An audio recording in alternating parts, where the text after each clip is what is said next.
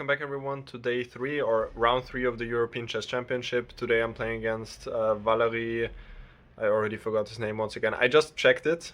Before I already recorded once, but didn't remember the name. Now again I forgot it. He's Valeriy something from Ukraine. A Grandmaster rated now around 2400. His peak rating was around 2580 I believe, which was already some time ago. He's now 60 years old. So he's a very experienced grandmaster, but not in his prime years anymore. So I'm definitely the favorite today.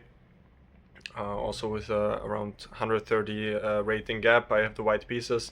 But yeah, we'll see how it goes. I'm gonna go for knight f3 on the first move, but after that I will play. After I think almost everything, I'm gonna go c4 because my opponent wants to go for the Grunfeld in most cases, I think, and if that's the case, knight f3 is usually a smart way to start because yeah, he cannot enter the Grunfeld as easily from that move order. So he's probably gonna go for some setup with d5, e6, pretty classical, and then I'm gonna go for g3, which could transpose to the Catalan or yeah, some sideline reti, I guess. Yeah, game is at 3 p.m. Weather is nice as usual. I went for a walk after breakfast. Now I just came back from lunch, and yeah, there is I think 1 more hour till the game starts. I'm gonna check a little bit more. Honestly, I didn't prepare much because I just preferred to take a rest. Yeah, I feel a bit under the weather, but yeah, should be fine. And yeah, I think that's it, and I will see you guys after the game. Welcome back everyone to today's recap. It was round number 3 of the European Chess Championship and I played against Valeriy Neverov, which I did not know how to spell before, or I just forgot his name in the early video in the morning. But yeah, now I remember his name and I'm pretty happy with the game. As you can see, I won the game. And yeah, let's just jump right into it. And yeah, just to say from the start, today I'm pretty happy with how I played. So I started with knight f3, knight f6, c4, and he went for g6, which I actually didn't prepare at all for because I had the feeling mostly with this move order, he's usually a Grunfeld player, and when this move order comes, he usually just went for e6 in his past games. But he went for g6, knight c3, bishop g7, and honestly it was maybe not that great not to prepare for the King's Indian at all, because he did play it back in the day quite often. But I simply did not really want to check that many things. I just felt like taking more of a rest before the game.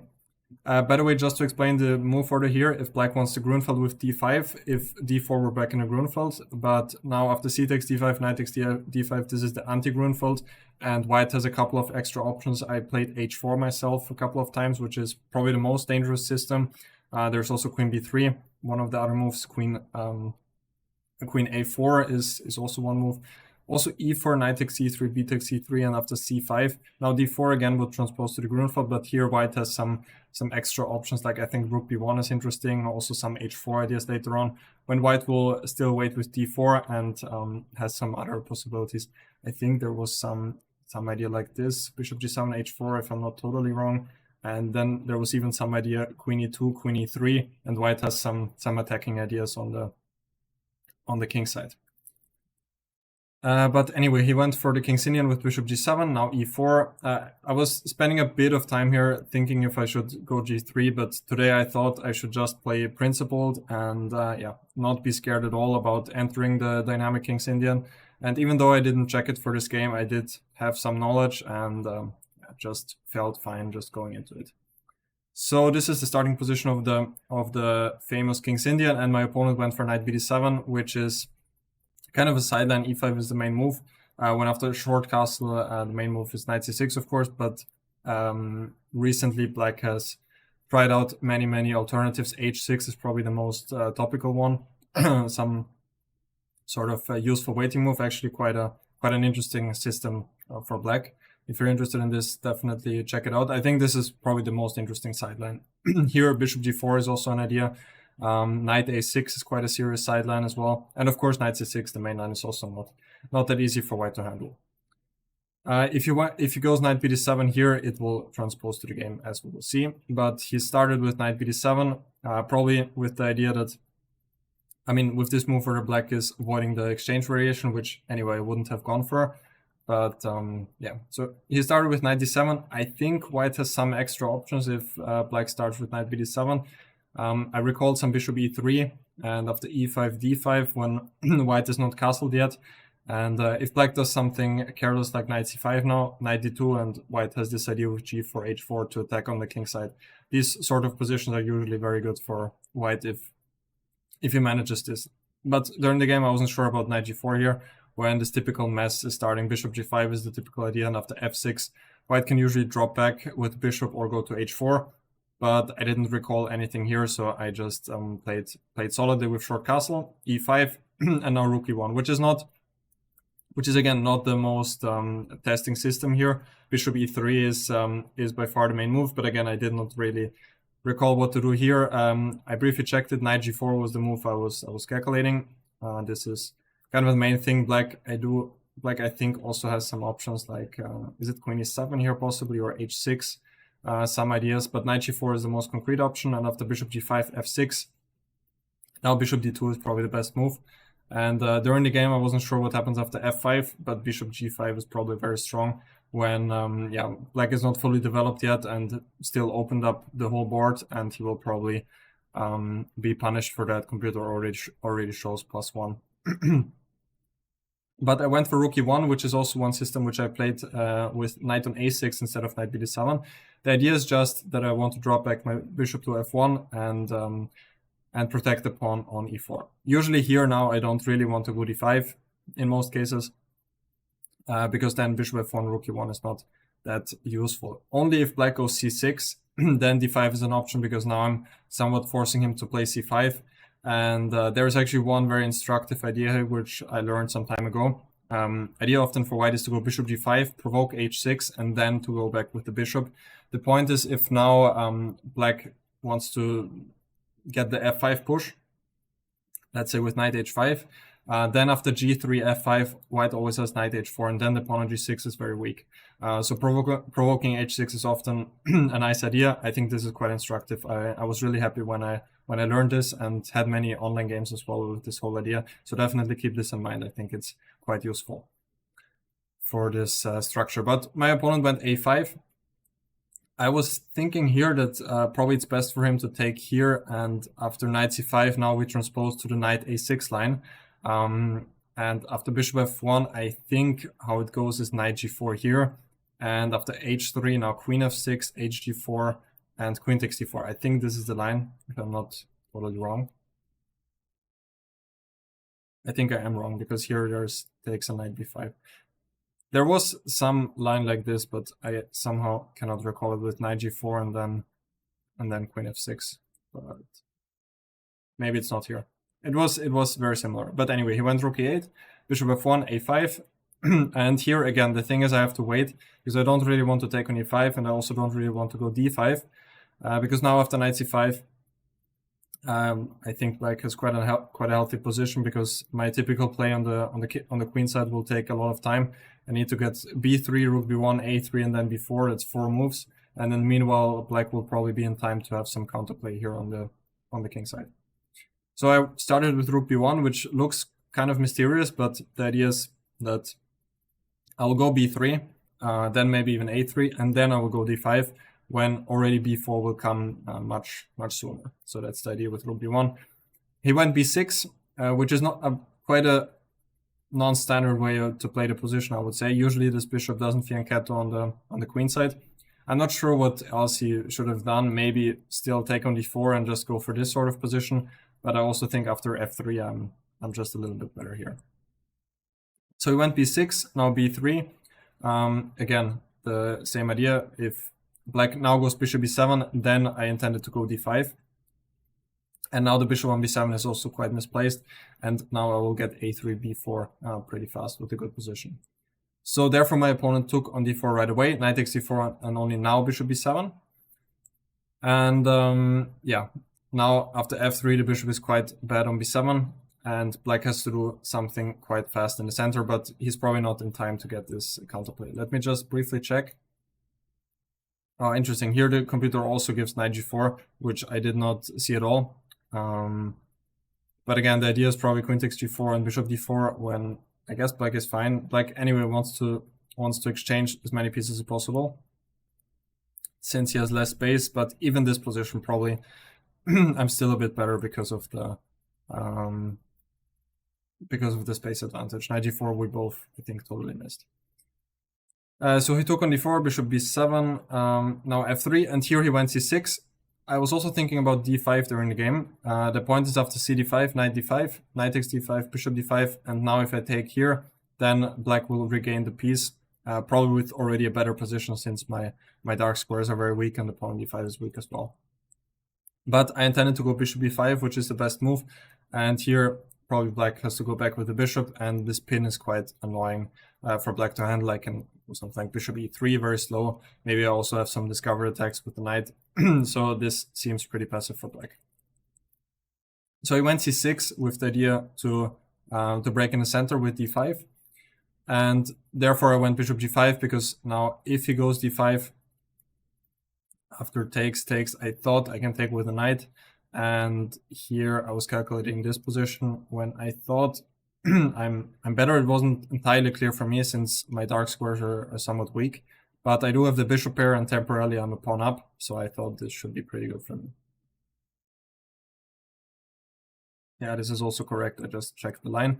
But he went h6, now bishop h4 back, knight c5, and here I spent a lot of time and then went for a3, which is quite logical because I want to get b4, but I also thought about the logical queen d2 idea, just to get rook d1 now and pressure the pawn on d6. But I did not really feel that well putting the queen on d2, and it actually turns out my gut feeling was correct.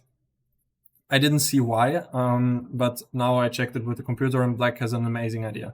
So knight takes e4 is the move I also calculated. This is very strong. I also thought about d5, which were now the computer gives like +1, but even here I wasn't sure at all. After cd, I thought about bishop b5 here. I think not the best move, but this is what I was thinking about. And now rook e5 was also pretty unclear, but here here white is probably better after something like bishop g3, I assume. But d takes e4 was my main problem. And after bishop e8, queen e8, white won an exchange, but the bishop on b7 is now very strong. Rook d8 is coming. I thought this looked pretty dangerous for white already, and also objectively it's only 0.50 for white, so fully playable for black. Probably black already has the initiative there, practically speaking. But knight takes e4 is what I thought about, and I saw bishop takes d8, now knight takes d2. By the way, just to point out, I cannot take anything on e4 with the knight or with the pawn or with the rook, because black will just take the bishop and one a pawn and then has this fantastic bishop on g7. The other problem, I think knight takes rook takes e4, also knight takes e4. So bishop d8, knight takes d2, rook takes e8 check, crazy line, king h7. I thought about knight e2 here. So let's just take a moment, like everything is hanging. Black is now down a full rook. Black is down a full rook, but the issue is that the bishop on d8 and the rook on e8 are pinned. The rook on b1 is hanging and the knight on d4 is also hanging. So in the game, I thought about knight e2. Apparently knight c2 is better, but did not think about it at all. After knight c2, it's apparently around equal. But knight e2, knight b1, knight b1. And here black has an absolutely amazing idea. I only thought about knight e6 and bishop f6. After knight e6, I thought I can just take here, it takes, and bishop e6, and I thought I should be winning. c5 is one idea, but usually I think the bishop shouldn't get trapped here on b6. Computer gave a4 here. Now the point is the pawn on a5 is always a weakness, and black cannot even try to get the bishop because now the pawn on a5 is always hanging. Yeah, bishop f6, other idea. Now I can just take the bishop and I have two pieces for rook and pawn, but here I also do have the bishop pair. Dark squares are weak, so here I thought I have a big advantage, which is the case. But what I totally missed, I don't know if my opponent saw it, is the amazing idea of bishop a6. And now black will just go knight b7 and then just take back the bishop on d8, and it's just basically a clear pawn up. So this idea is really fantastic. Yeah, I never saw anything like this. Bishop a6 and knight b7 is coming, and white cannot do anything to stop it. So I'm quite lucky in hindsight not to have went queen d2. Instead, I went a3, simply intending to go b4 and just kicking out the active knight on c5. Now he played queen c7, b4, takes, knight e6, knight takes e6, rook takes e6. This is all good. I was also thinking about bishop f2, but something I didn't like here. I thought knight takes d4, takes, and now c5 was one idea, but probably I'm also better here. I don't know if... Yeah, bishop f2 is probably the same, yeah. I thought after knight e6, rook e6, queen d2. Now the rook can also be somewhat misplaced on e6, as we saw in the game. After rook c1, I always have this idea with knight d5, when the rook on e6 is somewhat of a target. But this whole knight takes e6 had one downside, which is he played knight e7, rook e d1, knight e5, and I went rook bc1, which is inaccurate. F4 is much better. And here after rook bc1, I was somewhat afraid of him going g5. And yeah, if I drop back the bishop to f2, for example, now ideas with rook f6 or rook g6. After rook f6, black is already threatening to take on f3. And yeah, I would have gone for something like bishop e2 probably.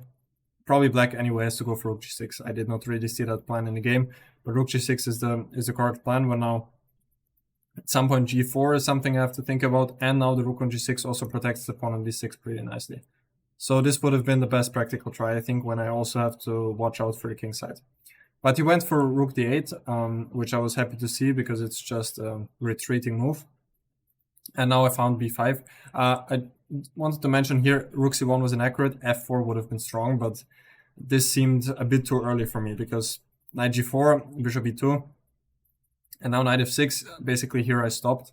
I still was thinking about bishop f3 briefly, but I just thought the pawn on e4 is pretty weak. Rook e8 and c5 both seemed logical to me. After c5 I wasn't entirely sure what's happening. Turns out knight b5 and white is much better. And after rook a8, I think white has to find this move f5, which is also not entirely easy, just letting the rook into e3. When I think the computer gave bishop f2 here with a big advantage for white. But this didn't seem very human to me to go f5, f4 already. Instead, I went rook c1. Now, as I said before, I have this idea with knight d5. Let's just say black is waiting. Knight d5 now. And if takes, now the rook on e6 is hanging and the queen on c7 is hanging as well. And otherwise, if the queen moves, I will pick up the pawn on b6. So this was my whole threat. That's why he went back with the rook. I went b5. Taking on d6 already is a bit too early because now he has the idea of bishop f8 when my rook has to go back. And after bishop b4, position is just around equal. So yeah, I did not want to go for that. But instead I played b5, which is a very strong move, I think. Because now I have the threat of queen takes d6, when at the end the pawn on b4 isn't hanging anymore. Also have the idea just to take on c6 when then these squares are very weak in black's camp. So I went rook c8. c5 was also one move to consider, but now the idea is queen d6, and again black doesn't have the idea of bishop f8, and on top of that the pawn on b6 will probably now just fall.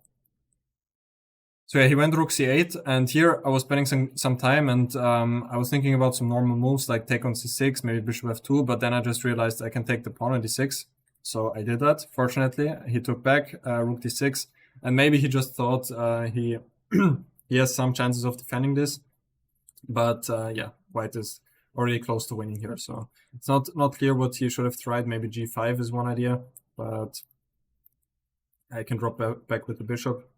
Also approved by the computer. I was thinking about this. And yeah, now rook d8 works because the bishop doesn't control the d8 square anymore, but some position like this looks very, very bad for black. Knight d5 and probably the pawn on b6 will just fall. So here it's already pretty tough for him. He went for this endgame. Now bishop f8, rook d1 back, bishop a3. And here I went rook c2, which is fine, but rook a1 is even stronger. And what I missed is that after bishop b2, I have rook a7, just counter-attacking. And here it's probably apologies. Here is probably a cleaner win than in the game. I went rook c2 instead. cb5, knight b5, bishop c5 check, bishop f2, bishop a6, and now rook a2 again, forcing black to take already. If I do something like, I don't know, what else can I do? Taking here, then the pawn on c4 could always be be weak. So I really wanted to remove this pawn from c4 and have it on b5 because there it's nicely protected. So rook a2, he took and played g5, and here I already felt it should be quite an easy technical win, but actually turned out that black does have some practical chances to fight here. He went g5 to try to stop f4, at least for now. F4 is always one idea, so g5 is playing against that. And here I went for bishop e2, which is probably a bit too slow. Wanted to slowly prepare g3, f4, but I could have just taken on c5, which was also my first idea here. The point is now after rook c5, I immediately get in with the rook to d6. And after rook e6, something like rook d2 here, when I'm already threatening to take and then go rook e6. My problem was after bc5, I wasn't entirely sure, because I thought it could be possible that these two pawns could disappear, when black probably has pretty good drawing chances already. I was thinking about something like b6, rook b8, I don't know, rook b1, c4, and yeah, I thought here it could be the case that these two pawns could get exchanged, for example, now rook c2, rook e6, and yeah, probably cannot hang on to this pawn any longer. But yeah, white is winning apparently, king f2, and yeah, just waiting with this pawn, and after c4 now rook d5 protects the pawn, and c3 rook c2, stopping the pawn, and white should win pretty easily. So bishop c5 would have been a bit better, but bishop e2 is what I played. Now he took rook e6, rook d5, just activating my rook on the 5th rank. King g7, g3, and now I was actually threatening to go f4, so he goes knight g6, rook d2, rook c3, rook d3. Also one good idea, just to try to push the rook back. And once it went back, now I go rook d6, because the rook on c3 was potentially yeah, a bit dangerous on the 3rd rank, as we will see later in the game. He played king f6, and now I went for bishop f1, which is yeah, not the best idea. I wanted to get bishop h3, then forcing him to take, but I could have just taken on e6 right away. And yeah, I don't know why I didn't do that. King e6, I think I missed the idea with rook d8 when he just cannot stop rook b8 from coming and me picking up the pawn on b6. So this would have been fairly easy. I went bishop f1, now knight e5. And here I went for f4, which is again a bit inaccurate. I should have just gone back with the bishop to e2. When after knight g6, if he goes back, then I could have... Now we reached the 40th move, so maybe now I would have figured out just to take on e6. So I went f4, and fortunately for me, it was his 40th move as well, and he only had 2nd on the clock, so he took on f4. Knight g4 check would have been the best defense, and here I saw king f3, and rook d6 is the strong idea. I only saw knight h2 check when the important ideas after rook h2, rook d6, I have e5, and I'm just winning the game. But he does have rook d6, king e7, when it's actually not so easy for me to win here. Rook d2 back, and now knight f6, when I still need to work here, because now rook c3, black does have some counterplay here. So this would have been the best defense, but he took on f4, and now he probably realized that he doesn't have knight g4 anymore, because now I can just go king g3 and doesn't have all of this. So he went knight c4 instead now, but I have e5 check, king g7. I also thought about king f5, when here it's important not to go for the obvious bishop h3, because after king f4, bishop e6, black can always take one of the rooks here, rook knight takes e2, and this would just be a draw here. So after king f5, I intended to just take on e6, and there was actually one interesting line here. If black goes fe6 here, what was it? I think just rook c2 was my idea, and knight has to move, let's say to a5, and this is just always winning. Yeah, even maybe b6 is a bit too early, maybe just king e3 first, or king f3, already threatening mate here. But yeah, here rook c2 is winning, and after king e6, probably there are many wins. I thought also rook d4 should be winning, but I calculated this forcing line after rook c2, king d5, and this pawn endgame was pretty interesting. Because I had to calculate pretty far here. If I go with the king, I thought king b5, and it's probably already a draw. So f5 is the only move. King d5, now e6, take on e6, f6 forced. King d6 forced, otherwise white is promoting. And now after king e3, again, there were two things to consider, e5 being the first one. And now after king e4, king e6, f7 takes king e5. Here, in the end, I saw that I have h3, and black will just be in Zugzwang here. Important idea with h3. Otherwise, it's probably just a draw. If my pawn is already on h3, could be a draw already. This was the first thing. The other thing was king d7, and after king e4, king e8, now king e5, king f7, and again I have the same idea, h3, h5, h4, and I just win the game by picking up the pawn on e6. So this was one instructive line, I believe, but yeah, instead he went for king g7. Now he took on e6, he took on d2. Again, if he takes here, I thought I can just activate my rook d7. Probably also rook c2 should be winning here. Although I was always a bit afraid of something like this, some endgame like this. I thought that black could have chances to build a fortress. I'm still not entirely sure. Maybe it's still winning, but yeah, I have to push f5 at some point. Maybe it's still winning, but black does have some chances to put up a fortress here. So I think I just wanted to activate my rook here, and the king probably has to go back. I have king g6, bishop d3, and the king looks like it's in quite some trouble. And after king f8, I don't know what I can do here. Maybe just rook d4, kick out the knight, and the knight has to go to some ugly squares when after that I have rook d6. So I thought here there should be quite a couple of wins here. So he took on d2, now rook c6. This is probably the easiest. I was also thinking about rook b6. When this rook endgame is also winning, I'm 2 pawns up. But I wasn't entirely sure because my king is still somewhat passive and he can make some threats here. I analyzed it a bit after rook c4, rook f6, rook c2. It's still winning for me here. h5, rook h5, king g2 when the rook is somewhat out of the game and my pawn will probably just promote. But I thought rook c6 is way easier because now he doesn't even get to exchange his bad knight for my strong bishop. Because after knight f1 I can simply take here and I'll take on f1 or go b6 right away and white is just winning. And whenever he takes on c6, now my pawn will just promote. He tried f6 here. Yeah, I don't know what else he can do. If knight e4 check, I thought I can just go king e3. If rook d5, I thought just bishop e2 again, not allowing him to take my bishop. And then on the next move, I will just pick up the pawn on b6. So he tried f6. Of course, I shouldn't take with the rook, then I would be losing after knight e4. But anything else is probably winning. I went for bishop d3. I was also thinking about, yeah, what was I thinking? Rook c5 here. This also looked very good for me. Knight e4 check, king e3, take here, king d4. When I thought this should also be winning, I was only a bit scared if somehow he wins one of these pawns. I don't know how can we put this on the board. Let's just say something like this, some position like this.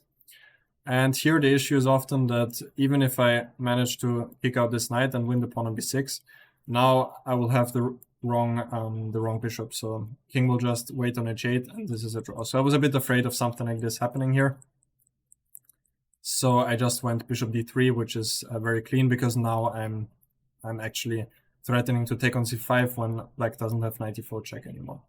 I went rook d5, but now after e takes f6, he resigned because yeah, if he moves with the king, let's say to f8, then I have king e2, forcing knight to go somewhere, let's say here, and then I have rook c8 check, king f7, bishop c4, just winning the rook and therefore the game. So I'm pretty happy with the game today. I think I played really well overall. Yeah, tomorrow is gonna be quite a much tougher day. Tomorrow I'm probably gonna play against someone stronger with the black pieces most likely. So yeah, it's gonna be interesting, and yeah, I hope you guys enjoyed today's recap. If you did, don't forget to leave a like and subscribe to the channel. Other than that, take care guys, and see you tomorrow.